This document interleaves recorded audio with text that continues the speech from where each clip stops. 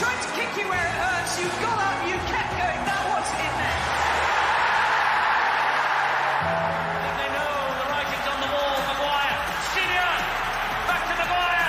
Gary Maguire for Leeds. The young hero to win the grand final,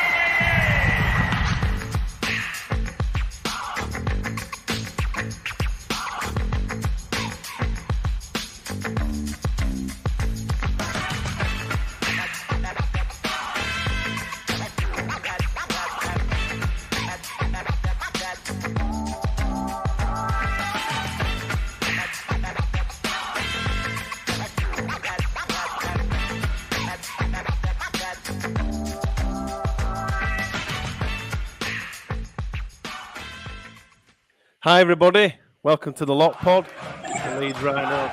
Oh my God, oh, I'm blaming Reece. There's no Reece here this week. Blaming you for that, Reece. From the top. Hi everybody, welcome to the Lock Pod, the Leeds Rhinos Lock 17-8 podcast, kindly sponsored by ACD&B, who are a branding and creative design agency based in Farsley, Leeds. They create standout brands. So for any companies out there that need a brand new logo or a brand refresh, just get in touch with ACD&B. Thanks as always to them for the support of the podcast, of the fanzine, of us. We love them to bits. This is the match review panel for Warrington versus Leeds. As I've kind of just said there is no Statsman Reece. Let me just see on the notes here. Let me just see on his special leave request form. Why isn't he here? I'm not here this week because I am on my stag do. Is that acceptable, Laurie? Stag do. You know what? I'm absolutely disgusted with him, and for that, I hope he's having about 10 extra shots. You know, come on, lad. You know, what's your priorities? Oh, yeah, good priority. Yeah, stag do or review. It's an easy one, but there's no Reece today, which means there's a bad intro, and worse than that, there's no stats because he is Statman Reece, and we just wouldn't do him justice. So there's no stats this week. We'll have to fill it. We'll have to fill this hour, this match review, in other ways. But we'll get through it. Joining me, you've just heard him very briefly there on a small intro. It's Laurie. How are you? Not bad, mate. Not bad. Well, could be. I don't know. I've got some sort of weird bug thing, but we'll carry on. We're marching on together. Thankfully, we're recording remotely. So you can keep your cough and your lurgies over there. Yeah. And joining us, it's been a while. It's been a while since we've had a good old Mark on. How are you, mate? All good, mate. All good. As always, nice to have you and Laurie with us. This is the match review panel for Leeds versus Warrington, as I mentioned. In true Lock Pod style, Mark, we start with positives. Quite a lot from this one, don't you think? Yeah, 80 minutes, mate. Positives from start to finish, from kickoff to the end. I thought they all dug in. We look cohesive. There's communication. There's a hunger there, desire. Of course, we'll go on to highlight individuals later on, but I thought we were from 1 to 17. They all put a good shift in for the shirt, and we got our just desserts. I thought the score flattered Warrington, to be fair. Do you agree with that, Laurie? 100%. Yeah, I think there seems to be, for the first time this year, and possibly up until maybe the Wigan semi last year, a bond between the players and the unity on the pitch. Great to see. And let's be honest, it really looked like we're back, didn't it? It almost felt like this is a team we haven't seen for a heck of a long time. Probably even better performance since last week. Yeah, since last week.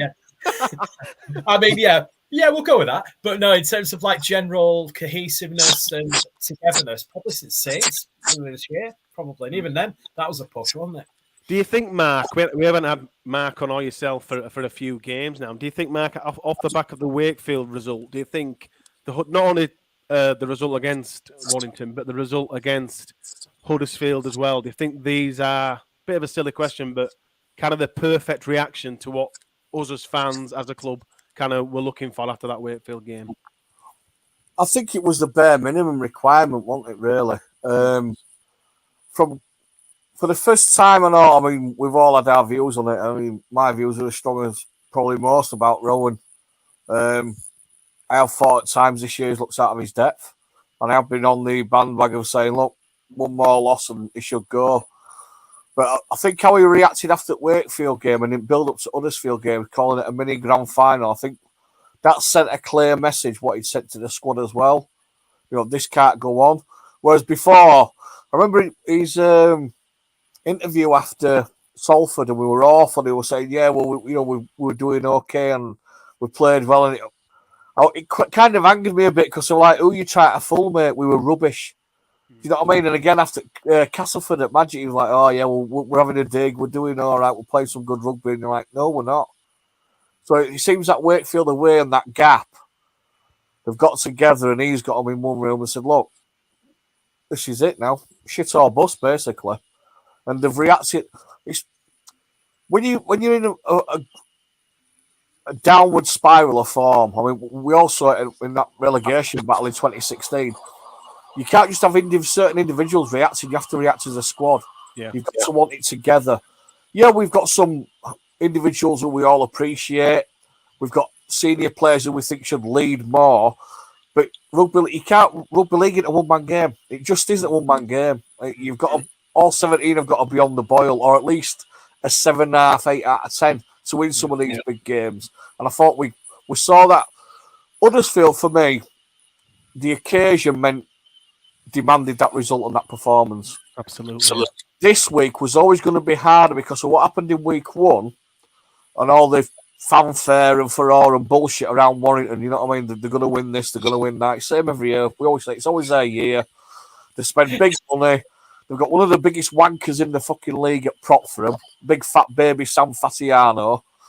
And I knew it's great to have Mark back. And it's always going to be a bigger test.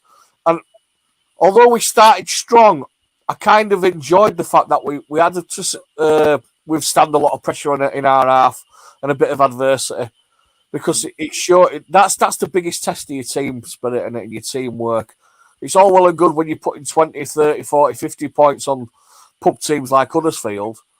But away at Warrington, although they've been in a bit of poor form, they're still, up in that top half. They won the first 8 or 9 games. They were going to beat everybody, you know what I mean? And won World Cup individually and State of Origin, you know what I mean? So it was always going to be a tough test. So, yeah, I really enjoyed that. And I think it's got to be a watershed moment for the season. The standard's been set. We thought we'd set the standard away at St Helens. That were a false dawn. We thought we'd set the standard away at Wigan with 12 men. That were a false dawn. So now they've got to build on these. It's great to have him back. He summed it up perfectly there. See you next week, everybody. You kind of touched on there, and I do think it's something we do have to talk about in Sam Kasiano. Laurie, did you, or just on his old game, but more the kind of sin binning, the yellow card, the shoulder to Ash Hanley's head. How did you see that, Loz? Did you see it as a sin binning, as a red card, as nothing? I was, I can't lie, I didn't watch the game live on Thursday because I was at a gig with my dad on Thursday night. So at the break, during the performance, I looked on Twitter and saw the sin bin or the tackle itself, and I was like, that's got to be a red, surely. So I tweeted that out, and everyone going, no, it's a yellow. And when you look back on it, yeah, he hadn't made direct contact to the head. He's made contact with his shoulder, but it's so reckless what he did. I mean, if you look, he's spread his body out, and he's not even looking at where Hanley is, and he's just made the contact, and you just think, what a dickhead.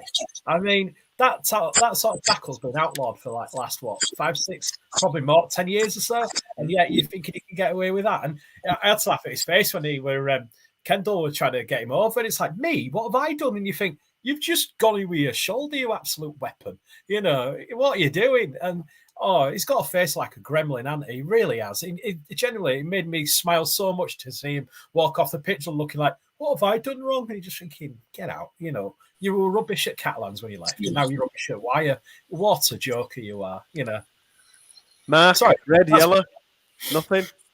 But for me, it was yellow. It was never a red. I mean, I know we won and everything, but that's not a red card. It's not a red card. It could have been. I think you were lucky. I don't think he I don't think he was in control at any point. I just think he got lucky that his shoulder hit Ash's chest and not his chin. If he'd been leaning forward and hit his chin, then it'd have had to be a red. So, but yeah, I mean, it's like Laurie said, he's a pudding, isn't he? I don't think he's played ball correctly. He can't play ball correctly all his career. When you're 50 points up and he's running at 3'4" halfbacks and wingers, that's what kind of hard man he is. He's not even hard though, is he? That's the thing. That's what I mean. It's just it's a waste of time. I wonder how much they're paying him, because whatever they're paying him, I mean, let's be honest. You could get a player out of, no offense to players in League One or Championship, but you could get a player out of that league who's 10 times better than that, dumpster of trash.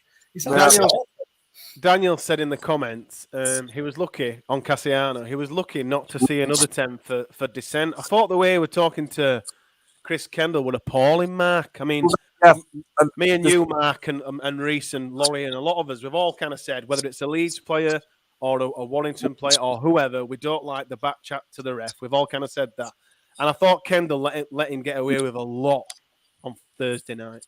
Well, he did. He marched him a couple of times for dissent.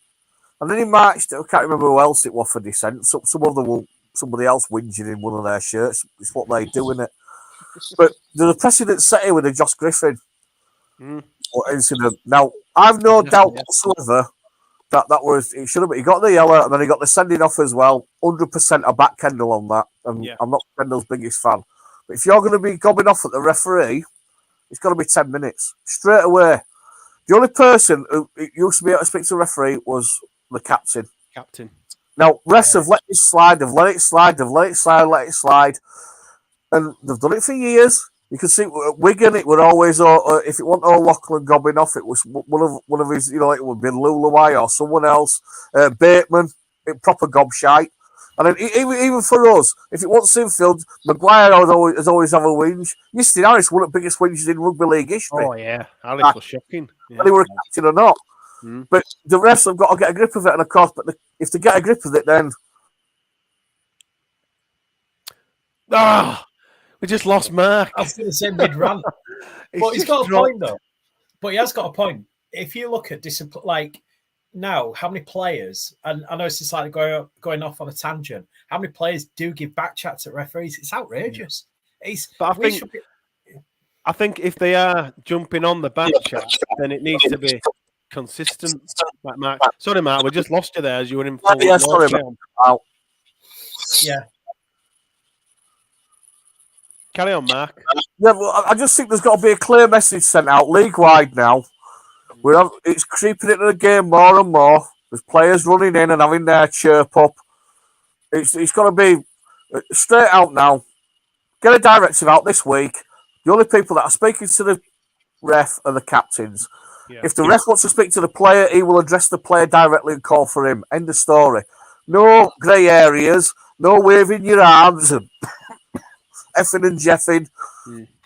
Then, you know what I mean? You're off, because there's a lot of things going on in Super League, going off on a tangent a bit now, that we're getting really, really scrappy. They play the ball, the ruck, the six against, the gobbing off at the ref, the pushing and shoving and fighting around at scrums and that one, rolling around that floor trying to get a penalty or a six. It needs stamping out. We've got a real issue in Super League at the moment with the finances in NRL. They can cherry pick who they want when they want, easily. So we've got to make the products as good as entertaining as possible, but we've also got to be mindful that there's rules to the game. Do you know what I mean? Absolutely.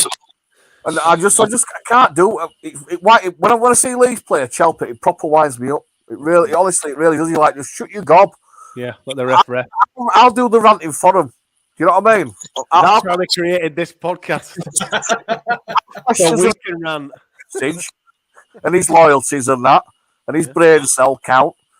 I'll do that on their behalf. They're supposed to be professional. Shut your gob, get back 10 and get on with the game. Yeah, get back to the 10. Someone who had another good game, and someone who we've been banging this drum all season pretty much, is James McDonnell. Alistair says in the comments there, Jimmy McDonnell, wow.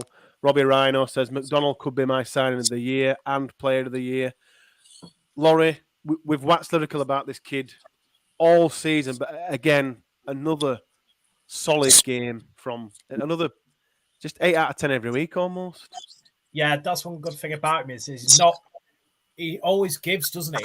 He's always giving. He's trying his hardest, tackling, driving the ball when he gets it.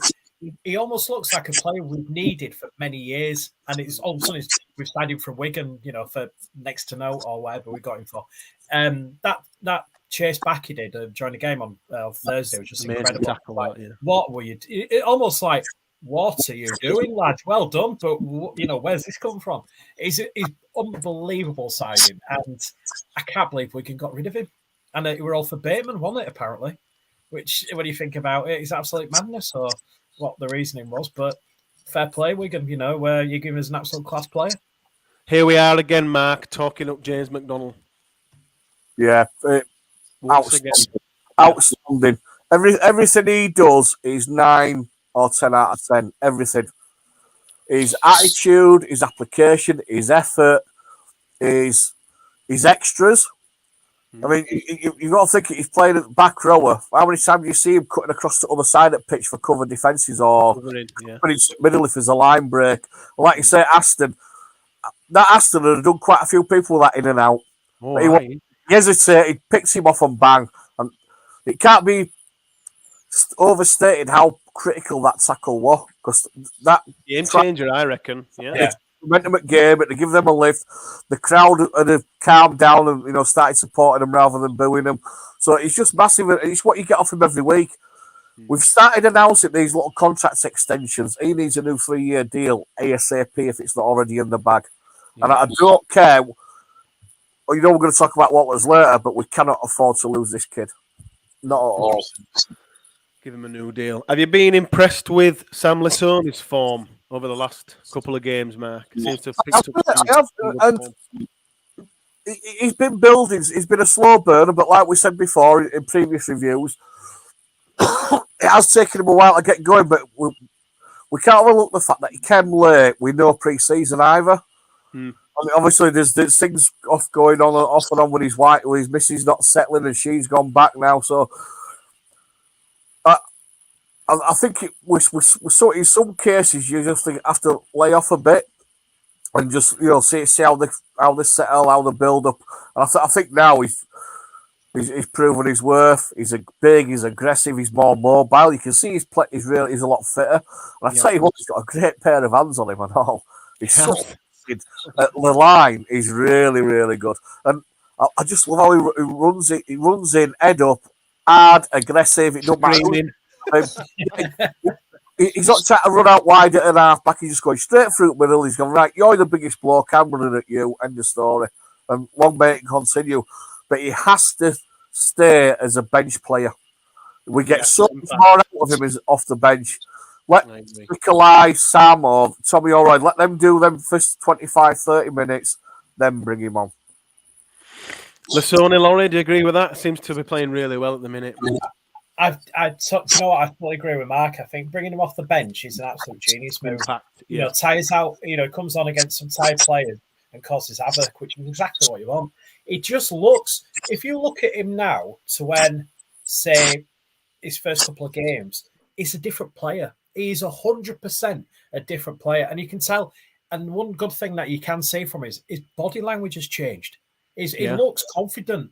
It's almost like, give me the ball, let me go. And it's just almost like fair play. Because I don't think we saw that, did we? He wasn't barely taking it in. He was tackling, but he didn't appear to have the confidence.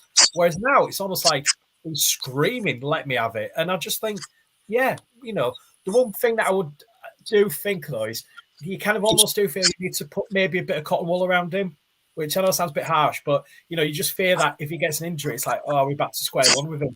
But he's looking really good, and that's what we're needing now. So I agree with Mark. I think it was just a fitness thing. I think he had to slowly, didn't have a pre-season. He came over, and then obviously he's not sure if he's married or just dating Georgia Hale. She came over with him, played for the women's side, and then she's gone back. So there's been a lot of up in the air, not just for Sam but for Georgia as well. And now she's gone back. Everything seems to have settled. I don't know. And the new deal for him comes along. His form picks up. It seems like he's in a good place now, and long may it continue because I think he's been awesome, particularly in the last 2 games. Another player who played awesome, and we are going to touch on his new deal and things later in the podcast, but just kind of on his performance again, is Stone Cold Blake Austin. I mean, the last 2 games, is this just pure coincidence, Mark, that he needs a new deal, he's in the market, there's things online, and yet he has 2 10 out of 10 barnstorming performances? I think it's a couple of things. I think the new contract does come into it because it must play on a player's mind, especially when you're at his stage of his career and his age. He must want to know what he's doing next. But I think on the other side of it, I think this watershed moment after the Wakefield game, Yeah. and he touched on it after the game in his interview that, you know, like him, Myler, Caesar, Jared, they've got together and they've, you know what I mean? They've literally said, "Look, we've got to get a grip of this now." And he's coming forward, and they're getting their hands on the ball early. They're getting quicker rucks, and he's gone to that level that we know he's always had. He's always had that as Blake. It's not like a surprise that he's capable of this. He's just now there, been more prominent, and he's been the leader that really he should have been more often. So I think it's 50-50. I think there's got to be some contract issues within it. Of course there has. I mean, he touched on that as well, didn't he? He said, "I haven't heard up from Gary. I'm waiting for a call." Yeah. That's a blatant. You know what I mean? What the fuck's going on, Gary? Yeah, you know what I mean? exactly. Just off your checkbook. Get it out. You know, get the keys to cash purse. You know, and let's talk. And I've no problem with that. But he's got, like the team. They've got that's the standard now. Yeah, going forward. Do you think, Laurie, that this Austin Caesar combination partnership with Myler at the back, do you think we can squeeze the rest of the year out of this combo and try to make it work, just to try and for the rest of the year at a minimum, and then kind of from there see how we go? That's a good question, that. I think, well, you've got to, because that is the main core group that we do have, isn't it? That's what we pin the hopes on. That's all we've got. There's nothing, there's a bit behind those two. There's not much else as we've seen. I mean, it sounds weird, but it's kind of like, for me, Austin, at times this year, there's been times during games when he's looked amazing, then he'll go a bit missing almost. And then there's other games like, you know, he's played a blinder, then the next game has been awful. But recently, he has turned it on and he looks class. And for me, it's almost... What deal do we give him? What? Because I know he's wanting 2. We're saying 1. Do you say we'll do 1, but you've also, if there's certain things matched, we'll give you 2? It's an awkward boundary where we're going to go with him, and I just feel that let's be honest, the halfback market looks a little bit not much out there, is there? Yeah, there's nothing for next season. Why not? I know it's a bit daft, but I know he's getting older. But why not? Why not just say, look, let's just get a deal signed. Let's get this out of the way and let's know where we are so we, as a club, can start planning more than just you planning and we planning. Let's just do it. But it's an interesting one because it's almost like it's going to affect the market elsewhere, isn't it, in terms of rugby league? So it's a bit of a strange one. We have to act soon, I think. Someone else who we wax lyrical, of course we do, on this podcast is Cam Smith, of course. That ball that Cam hit to Reece Martin, I think it was, Mark. Is there another loose forward in the league that could hit that ball? I think when he passed that ball, it showcased his skills and how awesome he is. But I was kind of thinking to myself, I don't think there's a loose forward in the league with the skill set that Cam Smith has. Do you agree with that, Mark? I do agree to an extent. I think Kasiano's having a big season for Lee. But I don't think he's got the passing range or the rugby brain Cam has. But, I mean, I'm going to sound like a broken record. I've seen Cam Smith doing this since he was 13, 14-year-old in our scholarship. So, do you know what I mean? He's always been a ball playing loose, or he's played a lot at 6. So he's always had that about him. And he's just getting, used to using it and bringing it out in him. Which, again, it's because we've got, that link now between 1, 6, 7, and 9. It gives him more freedom to to chime in. He can run it like a back row, but he can pass it like a 6. So again, it was great to see, but I'm not surprised, and I know he can do a lot more as well. Do you agree with that, Laurie? 100%. I mean, I actually think he's probably one of them. Well, I know we rate him, but I think he's probably one of the most underrated players in Super League, isn't he? He He continued. didn't even get an England squad. That was mean- absolutely unbelievable. Well, it wasn't unbelievable because he got that stupid idiot in charge. But how? How is he He's not getting consistent. picked? He's literally Mr. Consistent in Super League, isn't he? Every game, he provides, tackles, runs, helps out.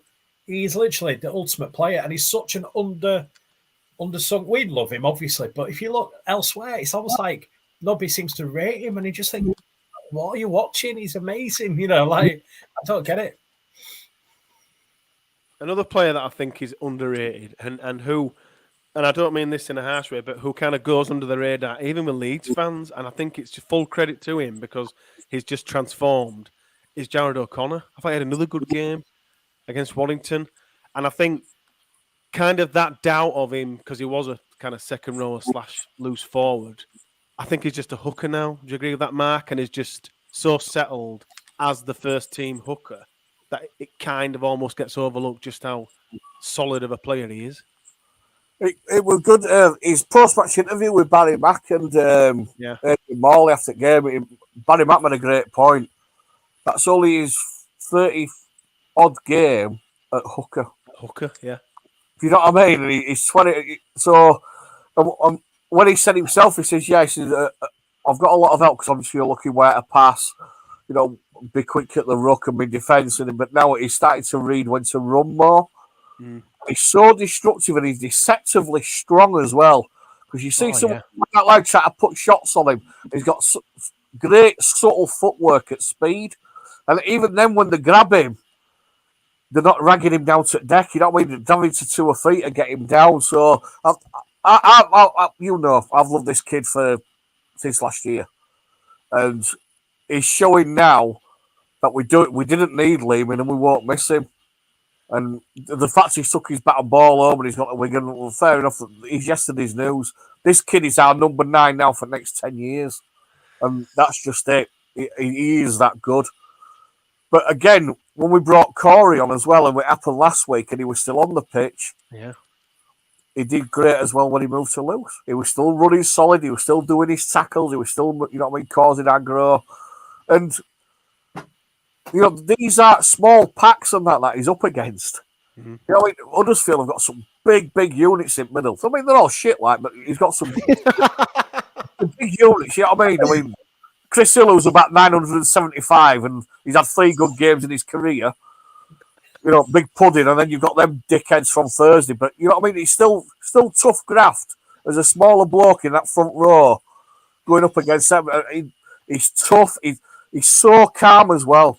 He never panics. He is. I agree with that. I think you've hit the nail on there. He never ever seems flustered. Calm is it? No matter whether we're coming out, whether we're in a zone 10, whether we're in their 10, whether we're up 4th tackle and we've made 3 yards or whatever. He's so calm, and you'd never know if he were under pressure or if he were just cool. It's the same expression, the same performance, which is full credit to him, especially at such a young age. He just looks like he's playing with his mates, whereas Brad Dwyer looks like he's walking around with a fucking rapid rabbit up his ass and love beads in, and you know what I mean. He's got one of them electric shock collars on when he plays. So again, it just shows we don't miss him either. But to be fair, Laurie, we're never going to have anything bad to say about Jared, are we? Because he's been on the podcast. So well, there we go. No. I mean, the funniest thing is, I looked the other day, and it's his first game as hooker was against Huddersfield last year away, and it's just gone a year ago. And I remember at the time, people that's a good start. So people, that's the start of the week. So people were messaging. I remember messaging me at Lorna's View, going, "Why we're playing O'Connor at hooker? Why we're doing this? Why we're doing that?" And I'm like, "We'll see. We will see." And now you look back and you think, "Is this one of Rowan Smith's best moves? 100%. Is this one of his best things that he's done at the club?" And you've got to say, yes, He's seen the talent this kid has, realised, do you know what? He could try it there, and it's worked. We've now got a player who looks a genuine number 9 who can literally, do about 4 things at once. Whereas we have Brad Dwyer, who, we won't go there. But he literally is that good, and I'm kind of glad that we've got him playing as a 9. Actually, I think it's a genius move. You've got to think as well, Mark, that when Rowan obviously came in and for whatever reason saw that or fancied Jared to play 9, he's obviously approached Jared, who's a loose / back rower. He's approached this young kid and said, look, you may never have played here, you might have played here a little bit in your juniors, but how do you think about starting at 9 for us? And you've got to love Jared at an even younger age last year to say, you know what, yeah, I'll do it. So he's obviously got the self-confidence and belief in himself to say, I will transform my game. So, and he's reaping the rewards. Yeah, it's that team first attitude. Yeah, that's exactly it, yeah. It was telling last year we'll beat Wigan away at playoffs to get to the grand final in his face, and he was like, I can't believe it. His dad was there, we were so proud of it, and he was like a kid at Christmas, you're like, oh yeah, I love playing for Leeds, and now I'm in the grand final, and it was like, look at me, I'm in the grand final, and then we announced his new deal and all earlier on a few weeks ago, and it's like, it's never in doubt. The kid he's moved over from his hometown, other side at Pennines, he's settled, he's grafted, he's took everything on board, he's listened to his coaches, he's listened to his teammates, and you can't you can't coach attitude, you can't coach effort, you can't coach desire, you can't coach that willingness like you said, Eddie.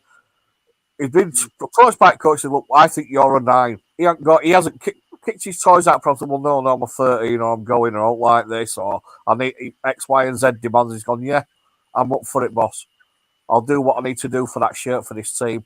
And he's got on. He started, he was coming off bench and they were tinkering with him. Brilliant. Absolutely brilliant. Reaping the rewards. I think we all agree he's our number 9 next year. But like I say, for the next 10 years, and young Corey will start coming to his own and all when he gets more money, because he's another one. Very calm, brilliant passer, and he's starting to run a little bit more and all when he comes home. Yeah, I think 9's sorted for the next 10 years. Oh, easily, without a doubt. I thought Richie Myler had another good game, Laurie. I thought he played well against Huddersfield. I thought he played well against Wire, and I agree with Mark. I think Austin, Caesar, Myler, they've all got together, Jared as a spine, and said, look, we need to work on this. We need to start being more creative. We need Richie coming out the back, getting involved. Another good game for Richie. Would you agree with that? Yeah, but I think with Myler he's always going to be there, giving a good game or a good performance or trying to put effort in. There has been times this year where he has looked a bit iffy and a bit ropey, but 9 times out of 10, he will be there giving it. But one good thing that I've noticed about Myler recently is he's very verbal, isn't he, with team? I've noticed that quite a bit. There's always shouting, directional. He's just very sorry. Very much like it just seems to be very different and what we've needed almost. I think for Myler, he's definitely a fullback. I know he's getting to that age now where he's getting a bit old, but he's definitely a fullback. I think what he's given to us in the last couple of weeks has been absolute dynamite, to be fair. He's helped Austin and Caesar settle down in the games, hasn't he, effectively? Paul said in the comments, Myler and Austin seem to be leading the team talks throughout the game. Have you enjoyed Richie Myler's form recently, Mark? Yeah, definitely. Again, just his forms match the team, really. Yeah. So the team's picked up as a whole, and he's gone with it. I still have doubts long term, but for now it's working and it's working well. He seems what I've noticed in the last couple of games, he seems to be more with it defensively. Reading the lines a lot better. He's put a couple, 2 or 3 good tackles in. He's had a couple of heavy hits and all, and got up from it, from kicking. So long may that continue, because I thought earlier on, I thought he were abysmal. I thought he were all over the place. I didn't think he looked as though he knew what was going on around him. But again, it matches the team, doesn't it? I agree with that comment and all. him and Austin are doing a lot more talking. If you watch it's interesting though when you watch that behind the game over the last couple of weeks. Yeah. Smith's doing a lot of talking as well. Yeah. I think it's time now to cut out this with a leadership group bollocks and just say Cam's our captain next 10 years. Oh yeah, The leader, and then without a doubt, it frees up Myler and Austin, to talk throughout the game, and do their thing as well. I mean, again, you know what my feelings are on Caesar, but he's playing a role. Yeah. I still think there's room this year for Sinfield to get more minutes because he's the future. Caesar's definitely going back home, so. But yeah, it's working at the moment, and it's good to see because, let's face it, they've served some right shite up this year, haven't they? Yeah. At times, and they haven't matched the wages or the performances that they should demand. I'm not saying we should win every game. Oh, I am. We but we deserve performances, don't we? I mean, that's that golden point against Saints, but that were a great performance. I was so proud of tonight. Yeah. So proud, especially when McDonnell got sent off for the invisible fucking punch nobody saw. And that his little fucking rat. Oh, he punched me in the face. I hope he gets levelled next game we play them. But James McDonnell, I'd love that. That would be worth 2 points if James McDonnell just fucking wiped out Johnny Lomax. It'd be a standing ovation from the whole country. Yeah. Oh, get big Sam Lisone running at Wellesby and all. See him crying then. But yeah, it's been a long time coming. But again, they've got to build them like individually, collectively, and especially as a squad. And it's been good to see. But now it highlights even more what it was missing before. More of the same. Man of the match, Laurie? Oh, it's got to be Austin, I think. I think so. Do you agree with that, Mark? Austin, man of the match? 100% it will Blake Austin. 100%. Second week running, Blake Austin is the Lot Pod man of the match. And that tangent brings us straight into Blake Austin. I asked on Twitter earlier, I ran a quick poll for a 10-hour poll. Yeah. The podcast poll, it said, what deal should we be offering Blake Austin? The options were a 1-year deal, a 2-year deal, or no deal at all. And the winner was the 2-year deal, 65%, the 1-year deal, 31%, no deal, 4%. It seems to be this week, Laurie, that we've had reports saying Austin's available. Austin wants a 2-year deal from the Rhinos, but he's being offered a 1-year deal from the Rhinos, and then his form is just incredible. Probably form player of the league, certainly the form halfback of the league. I think he's 32, so he's kind of coming to almost the twilight of his career. I don't want to write him off, but quite mid-age. How do you feel if it was you, Laurie, and you were offering him a deal at Leeds, what would you offer Blake Austin? I would say it's a tough one, isn't it? Because the market for halfbacks is non-existent at the moment, or it doesn't seem to be. It seems to be a very, very non-moving market. So if I would offer Austin, I would go. I'm torn between 1 or 2-year deal. To be fair, I think it's one of those where you say to him, "Look, we'll offer you a 2-year deal, but we'll look at it after a year and see how we're doing with it.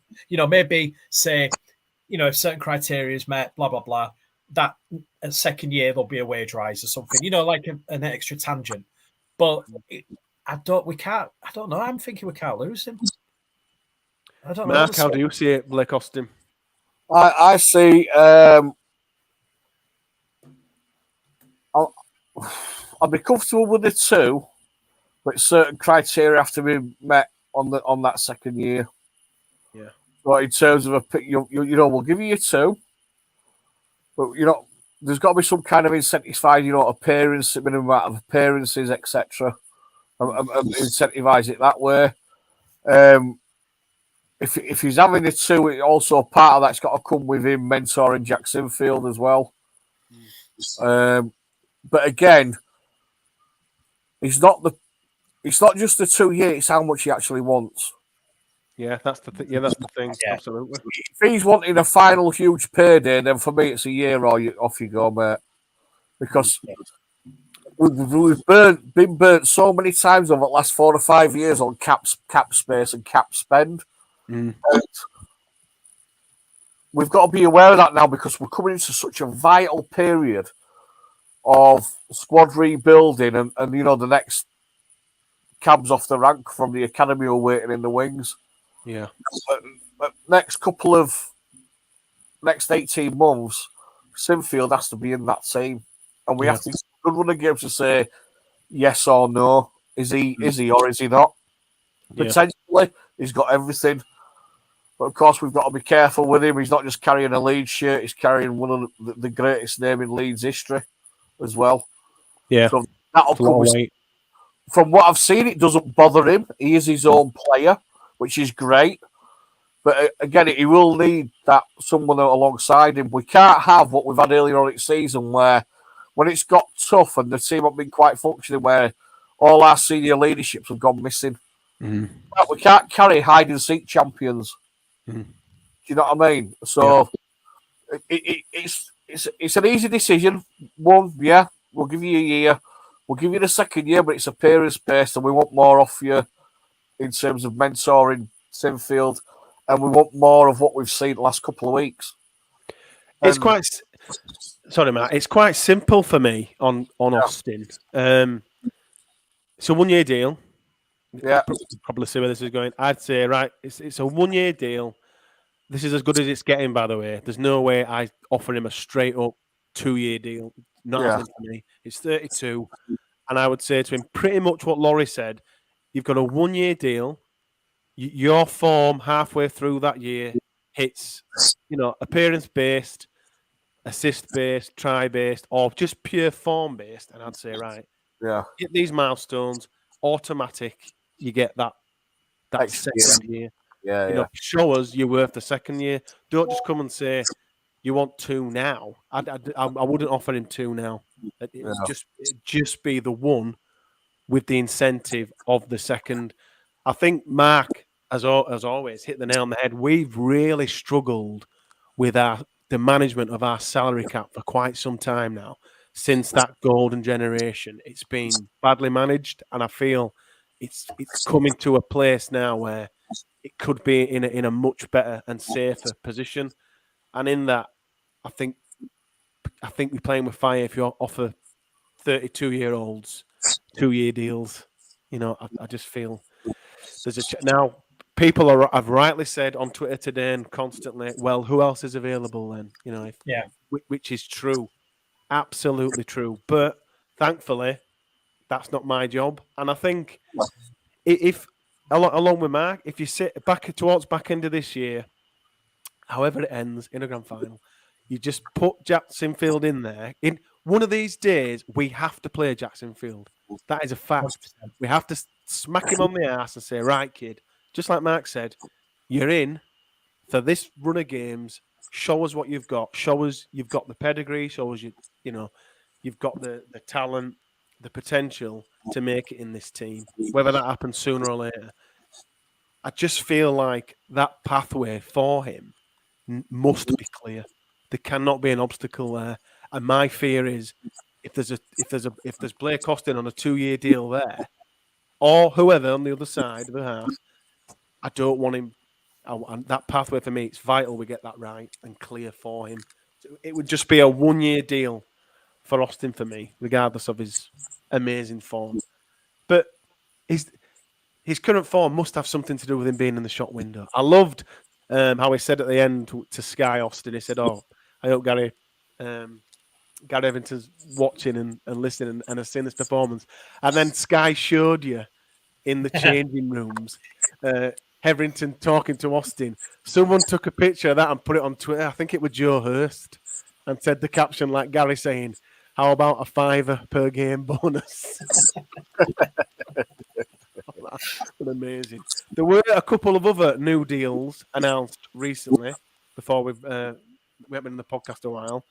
David Fussy Tour rumoured to be signing a new deal. I can't remember if it's been confirmed. Would you be against that, Mark? Fussy Tour getting another deal with the Rhinos? If you'd asked me 3 weeks ago, yeah. But again, it's back to the cap management, mate. It's got to fit the appearances and the performances. So if it's a year, if it's a couple of years, fine. But it's going to be heavily appearance-based incentivised. It can't be on the money that he's rumoured to be on now. It can't be anywhere near that because he's not a marquee winger. When he's on it, he can be destructive. When he plays, it looks great. Yeah. I mean, there was stat on. I watched the game back because, like Laurie, I didn't watch the game live. I was in York with my missus' wedding anniversary, so I watched it when we got back. I watched it this morning. I watched the full game, and again, like last week, he's so destructive coming off our own line and causing other teams problems. But he's got to be. He's got to. You know what I mean? He's got to do that week in, week out now. He's got to show that his body's up to it, that he's mentally up to it. Because towards points last year before, I started to feel a bit sorry for the kid because if you don't pitch 5-10 minutes and it'd be a concussion or his ankles or his shoulder, and you're like, well, you know what? You could see he was really, really low and really down on himself. And when you're paying that kind of money and the quarter spot, you need more. So if they're going to do it, I hope it's been done wisely. And I hope it's loaded in our favour now rather than his. But again, it's clear to see that Ali and Fuzzy are our best two wingers. Oh, easy. Yeah. It's so easy to say. We get so much more out of McDonnell at centre as well than we do when he's on the wing. Yeah. But again, we need him on the field. If he's going to be on the... If he's going to, make more appearances, hopefully he's over that bad period now, then fair enough. Again, like the Austin one, they'll go well, let's do it on appearances. Of course, he'll have his basic salary, and it can't be anything near what he's on now. He can't be a top earner. Of course, you can heavily incentivise it with bonuses, right? You've made 10 appearances. Here's an extra X amount. You made 20 appearances, another X amount. And, load it that way. I don't think there's any problem with that. But, again, he's got to keep showing it now. 2 or 3 good games and then out when you for 7 or 8. It just don't work for me, that. Because the other side of it, it's not just the salary cap, it's the quarter spots. It is. They are vital. As everyone knows, I'm obsessed with them. Spots, they're massive. Yeah, they're vital. Laurie, Fussy Tour, if he were to get a new deal, would you be happy with that? I mean, I can't lie to you. I feel really sorry for Alfords. I mean, he's not going to get any games now, is he? Not a minute. Sorry, I shouldn't be harsh. No, it's good. It's unlike you to be harsh, actually. What, mate? I know. I don't know where that came from.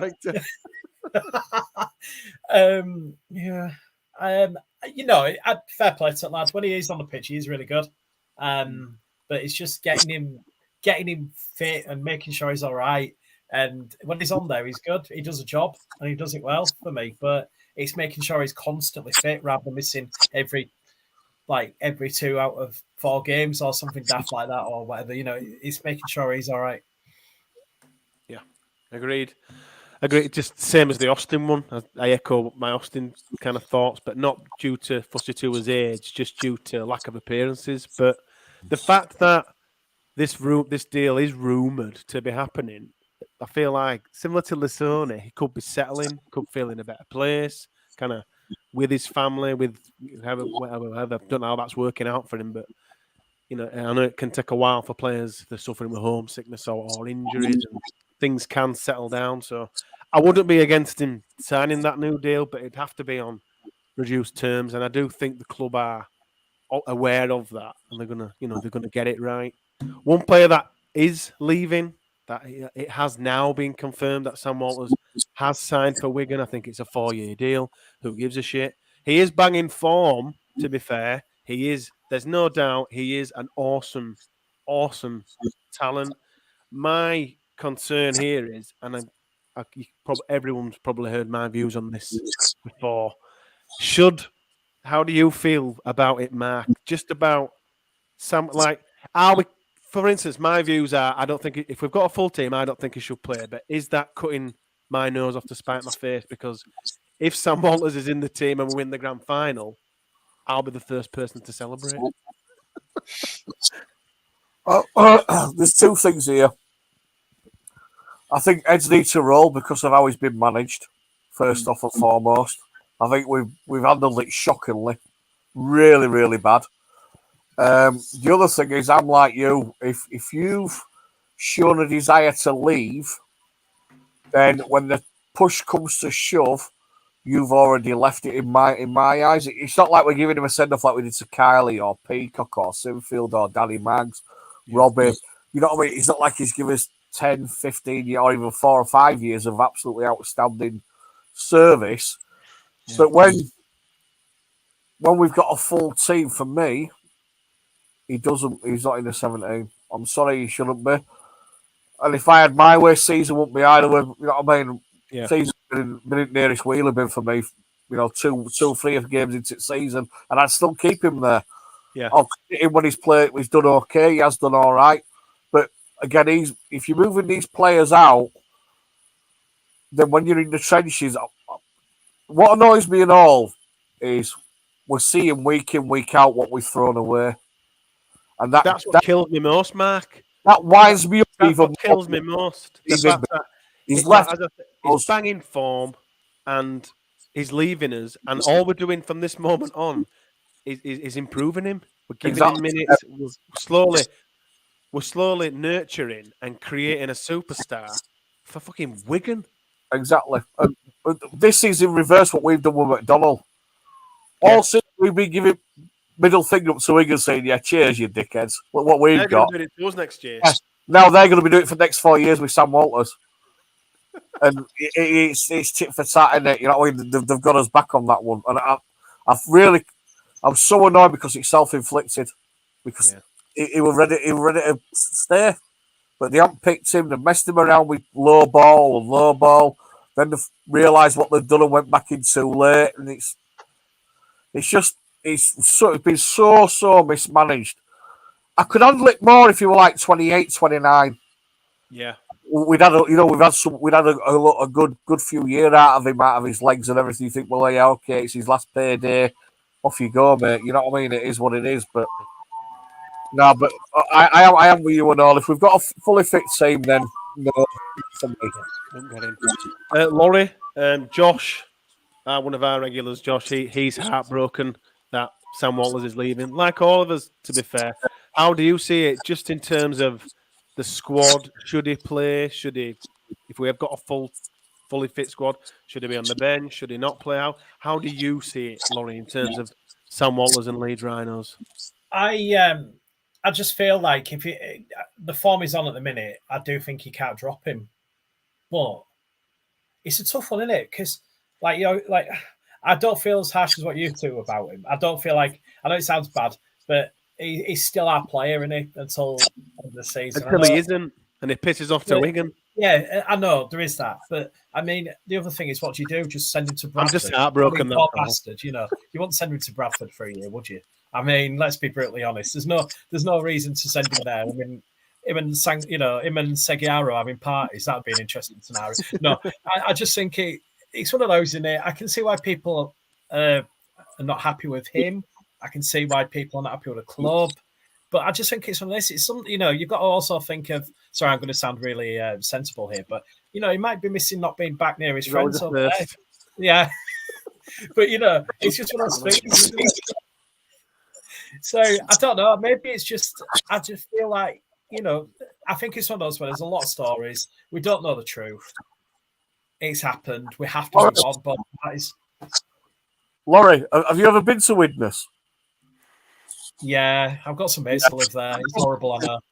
So we can cut that out. Nobody misses Widnes. The only thing people that miss Widnes were fucking Luftwaffe during World War II because they should have flattened it. Nobody misses Widnes. I'm not having that. He's homesick.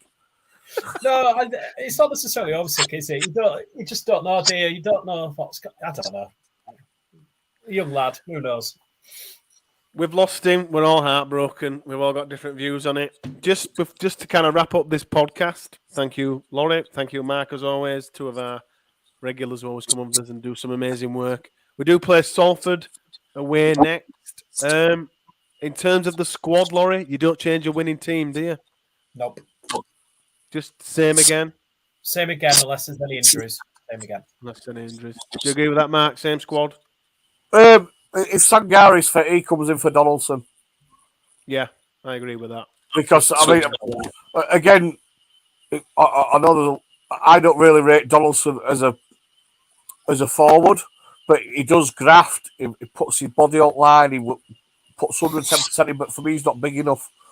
He's not big enough for what we want in middle. So for me, if Sangari's fit, he comes in for him. Yeah. Agreed. Get Big Justin back in if he's fit. Predictions. What's your prediction for this one, Mark? I reckon we're going to do it then what we did to Huddersfield. I think they're my guy. Yes. I'll tell you what, we owe them after how we played against them at Edinley and what they were Here giving it comes. we owe them. Yeah, we owe them now. And I think the right fit taking, just like Huddersfield were, get at them, hit them early, and then just put your foot up throat and keep it there. I think we're going to do them by 38.